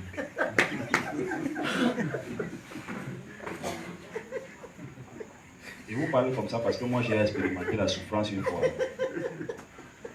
Et c'est au sortir de ce programme de souffrance que le Seigneur m'a dit, va dire ça. Alors on ne dit pas, quelqu'un ne dit pas, mais c'est dans son cœur. Comment il peut te le dire? Je vous dis tout haut, c'est que ces gens que vous rencontrez souvent là-bas, tu dis papa est gentil, hein. Quand il a fait prier pour moi, il lui dit papa moi il m'a dit que Dieu te bénisse. Il n'y avait pas de bénédiction sur ça. C'est la vérité. La vérité. Quand vous entrez chez quelqu'un avec quelque chose entre les mains,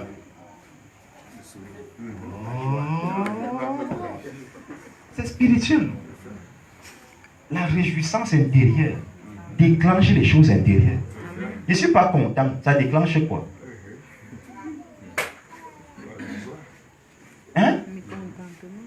Ouais, vous savez flatter les hommes. Comprenez que les hommes de Dieu là, hein, on n'effaçait jamais homme quand il faut y donner. On dit non, c'est Dieu. Maintenant, quand on a enlevé le donner, on dit c'est un homme de Dieu. N'effacez pas, ne jouez pas avec les mots là quand ça vous plaît. Quand il faut donner, on dit non, c'est Dieu. Dieu même va te bénir. N'est-ce pas la Bible déclare que vous avez reçu gratuitement, donné gratuitement? On va étudier le verset là maintenant. Ensemble. Ce que nous avons reçu gratuitement, n'est-ce pas? C'est l'évangile. Écoutez-moi bien, l'évangile. D'abord, on va raisonner ensemble, on va aller à la même conclusion. Évangile. L'évangile qui donne la grâce. La grâce qui enfante le salut et la glorification. Tout ça, c'est spirituel et c'est éternel. Donc, la vie éternelle au paradis. N'est-ce pas? Bon, maintenant, nous avons tout reçu que vous vous expliquez là, comme vous avez entendu. Vous ne voulez rien donner de temporel parce qu'on a tout reçu de spirituel. Nous, on a reçu spirituellement, on n'a pas reçu physiquement. Maintenant, je vais poser une question. L'apôtre, là où il est là, n'est-ce pas? Il a tout reçu, comme vous dites. Il a reçu la maison. Hein? Pourquoi? Parce qu'il est en location, n'est-ce pas? Quand il arrive à la station pour charger sa voiture, mettre le carburant, il a reçu le carburant gratuitement. L'école de ses enfants, quand il les amène à la rentrée, il a reçu la scolarité gratuitement. Qu'est-ce qu'on a reçu gratuitement? Le pasteur est malade. Il arrive à l'hôpital, il dit, je suis pasteur. La grâce coule. Et on commence à l'injecter. C'est ça? Il a reçu ça gratuitement aussi. Qu'est-ce qu'il a reçu gratuitement? Ces raisonnements bizarres là. Vous n'avez jamais vu les enfants de pasteur qu'on met dehors, il fait un an à la maison, il ne part pas à l'école parce que son père n'a pas payé la scolarité. Il a reçu l'école là, gratuitement. C'est lui le fondateur.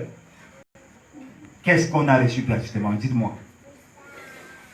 Qu'est-ce qu'on a reçu gratuitement? L'apôtre Paul a dit qu'il souffrait, non? Il n'avait pas reçu gratuitement. Quand vous regardez Marc chapitre 10, verset 28 à 30, la Bible déclare que Pierre a demandé à dire, mon frère, nous depuis on fait comme marcher avec ton famille. On gagne quoi ici là? On part où? On arrive quelque part, on te donne les offrandes. Nous, depuis là, nous sommes des grands frères. Enlevons qu'on est des disciples. Et suivons nos grands frères de ta mère. Moi, Pierre, et Dieu, on marche. Et puis, il ne les amène pas sur des espaces où on peut marcher. Si on a une montagne, hein, avec les sandales, vous imaginez la montagne, vous marchez à la montagne avec les sandales? Des cailloux. Parce que ça vous permet de regarder, rentrer un peu dans l'histoire. Pierre demande que dit mon frère, vous savez vous rendre compte que c'est une affaire où il faut gagner quelque chose. Ne soyez pas trop spirituel, on va mourir. Ramenons l'évangile ici. Ce n'est pas que Jésus est né à Nazareth et moi à Jérusalem, laissez Jésus là-bas. Hein? Il dit mon frère, on gagne quoi? Il dit que personne, et j'aime cette phrase, personne, ici-bas, il quitte tout le monde pour venir à mon école. M'assimile, m'avale, fonctionne comme moi, qui va manquer la maison. Pourquoi la maison va sortir tout? Qui va manquer la nourriture, les frères, les sœurs. Le pasteur est tout seul dans ses difficultés. Mais lui, il accompagne tous les chrétiens de Christ qui ont les problèmes. C'est la vérité. Tous les problèmes de l'église, parfois même, papa, moi je n'ai pas même plus chez lui depuis là. Il t'a fait quoi? Quand la sœur elle avait perdu son enfant, papa était là-bas, c'est papa qui était même parti faire la veillée, après il a fait l'enterrement. Mais quand ma cousine est morte dernièrement, papa n'est pas venu. Il est aussi le pasteur, même des gens qui ne viennent pas à l'église.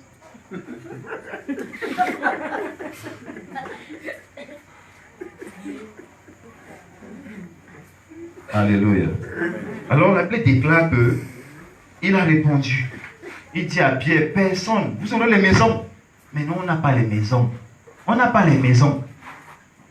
On n'a pas les maisons. Ne nous amenez plus à vivre avec 100 francs ici. Il dit qu'il faut qu'il y ait de la nourriture dans sa maison. 100 francs paye quelle nourriture? 25 francs. Vous commencez déjà à enseigner encore aux enfants. On fuit la religion, on arrive dans le christianisme. Vous recommencez avec les histoires des pièces dans les mains des petits enfants comme ça, 25. Les pièces jaunes dans le panier d'offrande, c'est la malédiction.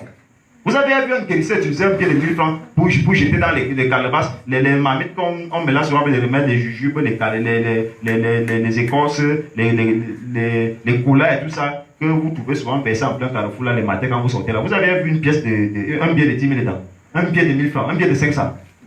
C'est même quoi? Nous ne sommes pas des marabouts, nous sommes des serviteurs de Dieu. Qu'est-ce que les pièces font ici? Même la pièce de 500, pour la changer. Vous savez, à l'époque des Juifs, n'est-ce pas, il y avait deux monnaies. Il y avait la monnaie pour l'église et il y avait la monnaie pour la société, si on va appeler comme ça. Voilà pourquoi Jésus-Christ pouvait dire donner à César ce qui est à César et à Dieu ce qui est à Dieu. Pourquoi? Parce que ce n'était pas l'affaire de politique, c'était une affaire d'argent. Hein? Les impôts on payait chez César et la dîme, les offrandes, les lois d'onction on payait à l'église. Et il y avait deux types de monnaie. Il y avait le cycle de sanctuaire et il y avait le cycle royal. Pour le cycle de sanctuaire, on veut que le cycle de sanctuaire soit les billets. Si vous trouvez le billet de 100 francs, venez donner ici. Mais s'il n'y a pas, s'il vous plaît, pardon, ne nous pervertissez pas l'église. Judas Iscariote a vendu Jésus-Christ avec des pièces. Des pièces. Donc dans le christianisme, pour ceux qui sont fondamentalistes comme moi, quand je vois les pièces quelque part, je vois l'insulte. Tu m'insultes. C'est-à-dire que tu te réjouis du sacrifice de mon Jésus avec des pièces d'argent. Fondamentaliste, il refuse ça. Garder la monnaie, c'est l'affaire des chrétiens. Les pièces là, tu dis garder la monnaie, c'est l'affaire des chrétiens. Qu'est-ce qu'il y a marché dans vos poches avec les pièces de 25, les pièces de 50? Non, je garde, ça avait payé l'eau. Ne vous donnez pas des excuses pour être bas, s'il vous plaît. C'est une négociation avec vous. Pensez grand, voyez grand, arrêtez ça. Puisque vous allez emmener ça jusqu'à vous, il pose la question. Vous donnez 100 francs, vous êtes 100 là. 100 francs, ça peut payer quoi ici? Même la facture du courant, ça paye. Quand toi-même tu quittes ta place avec 100 francs, tu viens jeter ça ici. Ça, c'est pour payer quoi? L'ampoule? Même la bougie, maintenant, c'est 125. On va évoluer comment? On avance comment? Et après, vous voulez encore qu'on vous aide. Mais on va vous aider avec quoi? 25. On a vu des grands hommes de Dieu. Vous prenez souvent l'exemple de David a terrassé Goliath. Quand vous regardez le livre de 1 Samuel chapitre 17, verset 26, la Bible dit, David pose la question, qu'est-ce qu'on va donner à celui qui va renverser Goliath là? Vous êtes plus spirituel que la spiritualité. Il dit, qu'est-ce qu'on va donner? Qu'est-ce que vous donnez donc ici? On prêche, on chante, mais on ne voit rien. Alléluia. Il est question que ça cesse. Qui veut que ça change? Lève ta main, quoi, tu veux voir. Oh là là. Seigneur, je bénis ton nom en Seigneur. Je bénis ton nom en Seigneur. Alléluia. Les fonctionnaires de la salle sont où?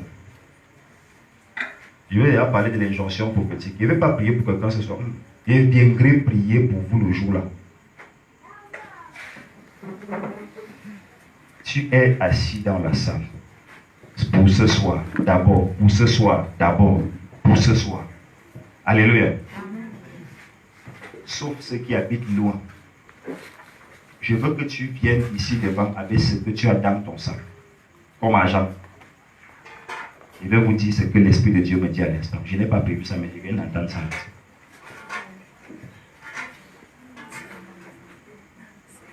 Fouille ton sac, tu viens avec.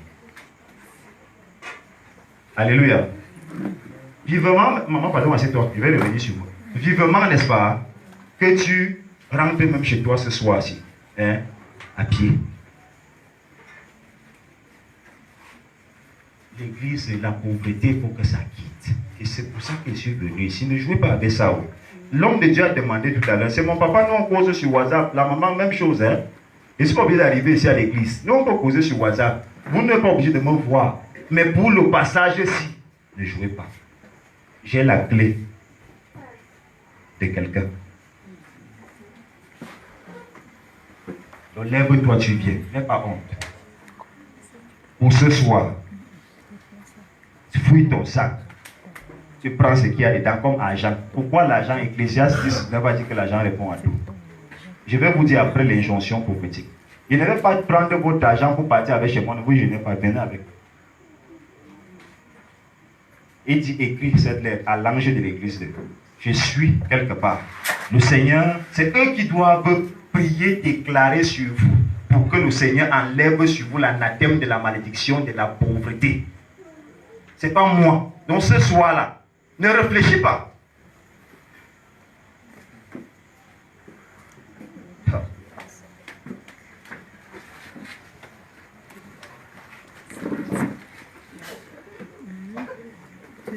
Et il y a de cela quelques années, j'ai dit à une soeur dans une église, dans une nuit de prière, j'ai dit si 6 personnes, pendant 6 jours que le programme va se tenir, vont vous confirmer que ce que j'étais en train de dire est vrai. Si vous me laissez partir d'ici, sans faire ce que Dieu dit là, je vous le rappelle, frère, moi je suis physionomiste, je vais vous remarquer ma route. Ma soeur, tu es toi à pied. Je vais vous rappeler ça que je vous avais prévu. Donc, donne ce que tu as. Hein? Posez ça là-bas. C'est sur la chaise. Ne calculez pas. Ce que tu as dans la poche, je préfère que tu ailles à pied chez toi ce soir. C'est une pénitence. Vous ne pouvez pas prendre les choses. Les hommes de Dieu vous donnent des biens spirituels. Vous prêchez l'évangile. Prient pour vous. Quand vous avez un problème, ils sont là. Ils démarrent leur propre voiture. Ils viennent à votre rescousse. Frère, ne jouez pas avec ça. Là, maintenant, ce n'est plus la blague qu'elle faisait pendant l'enseignement, n'est-ce pas? Je suis sous l'onction. Mon travail va commencer. Je préfère que tu rentres à pied ce soir. J'ai dit ça à une fille à Douala. Il dit, Daniel, elle n'avait pas l'argent à l'église. La sœur chante très bien. Elle a la volonté, mais elle n'a rien. Un soir, le Seigneur me dit, pendant une nuit de prière, dis-lui d'enlever ses chaussures. Le matin, quand la nuit de prière va finir. Frère, le prophétique est bizarre. Cela n'est pas normal. Ne jouez pas avec ça. Là où je suis là, je suis en train de dire des choses. Je donne encore le temps. Je donne encore le temps. Lève-toi, ne regarde. Je préfère que tu rentres à pied. Il a dit, Daniel, lève-toi. Le Seigneur me demande de te dire de rentrer chez toi. Pieds nus ce matin, 6 heures, quand on va quitter la nuit de la prière. Elle est tombée sous l'onction. Elle a commencé à parler en langue. Et elle-même, elle a commencé à prophétiser sur elle-même. Pour confirmer ce que j'étais en train de dire. Vous savez ce qui s'est passé? La même semaine, au niveau de Kouloulou, elle avait son fiancé. Ils sont en train de venir à l'église. Elle botte quelque chose au sol. Je parle de la prospérité dominante, s'il vous plaît. Quand je suis en train de demander que fouille tes poches là. Je parle là. Même si 100 francs bien donné. Je vous donne l'opportunité, même si c'est 100 francs. Mais je préfère que tu aies les poches vides. On va parler à Dieu. Je vais parler à Dieu par rapport à ça. Je préfère que tu aies les poches vides. Parce que quand il veut parler, il ne faudrait pas que ce soit le genre, tu avais 10 000, tu es venu donner 500. Ça ne va pas donner, après tu vas dire que je suis un menteur. Je dis qu'elle a cogné une Gabonaise au Cameroun en galère. Il dit galère. Cogné, elle regarde. Je ne sais pas, c'est vraiment un maladie. Son argent était tombé. Frère, vous avez vu quelqu'un qui n'avait pas l'argent, qui se retrouve avec 700 000 francs quand il prend la chose. Il parle de 700 000, pas de 700 francs. Et elle prend l'argent, elle met, puisqu'elle a vu, c'était attaché avec la fronte, elle n'a même pas dit à son type. Ils avancent. Elle peut que lui dire avançons, allons, marchons, allons, avançons, allons. C'est à un certain niveau, elle regarde des personnes, elle regarde qui le bouscule comme ça, ils vont dans un coin. Elle dit, mesdames, je viens de trouver l'argent. Les gars détachent. Quand ils ont rendu le témoignage à l'église, toute l'église a commencé à parler là. Moi j'aime ça, la confirmation, pas à la salle. Je ne suis pas le genre de prophète qui vient pour choquer les gens. Chez moi, c'est du tic-tac. Tic-tac. Je veux que si quelqu'un s'est levé et est venu donner quelque chose, que ce n'est pas qu'il avait autre chose dans la bouche, parce qu'on va parler pour ça. Je donne encore le temps. Si tu as caché, s'il te plaît, on va parler pour ça. Je vais commencer à négocier avec Dieu. Et maintenant, pendant que parle, l'Esprit de Dieu me parle. Les fonctionnaires dans la salle, s'il vous plaît, levez-vous. Le programme finit quand? Dimanche, samedi, n'est-ce pas? Samedi, le programme finit quand? Samedi, dimanche. Maman, yes. Le programme finit quand? Dimanche. Moi, je ne devais pas revenir ici. Je devais être sur Douala, mais je vais revenir. Dimanche. Et que papa finit son service. Et pendant que je parle, l'Esprit de Dieu me dit. Et pendant que je vais parler de ça, l'Esprit de Dieu va saisir les gens dans la salle.